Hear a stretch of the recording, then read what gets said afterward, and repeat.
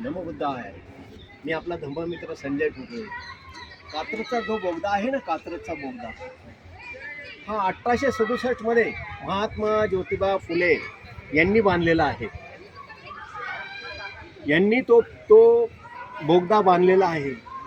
येरोड्याचा जो पूल आहे, येरोड्याचा पूल महात्मा ज्योतिबा फुलेंनी बांधलेला आहे.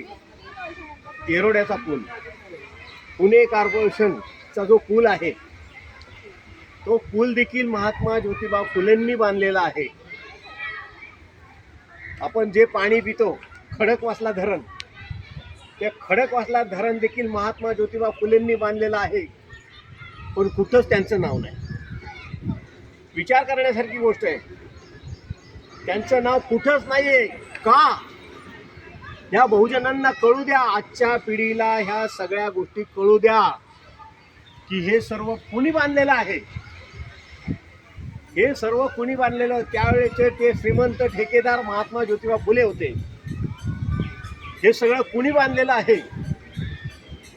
पण सांगायचं तात्पर्य हे आहे की बहुजनांची नावं ती कुठंच नाहीये, कुठंच नाहीये. विचार करण्यासारखी गोष्ट आहे. बहुजन एवढा मोठा, पण बहुजनांची नावच कुठं नाहीये. महात्मा फुलेंनी काय कमी काम केलेलं आहे या देशात, या पुणे शहरात? कमी काम केलं नाही. विचार करण्यासारखी गोष्ट आहे. बांधवांनो, आजच्या या नवीन पिढीला या सगळ्या गोष्टी माहिती पाहिजेत. आम्ही तर हे उकरायच्या मागं लागलेलो आहोत.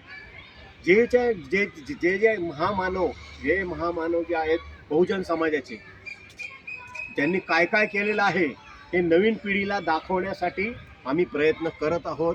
मी संजय ठोकळे, विश्रांतवाडी. जय भीम, नमो बुद्धाय.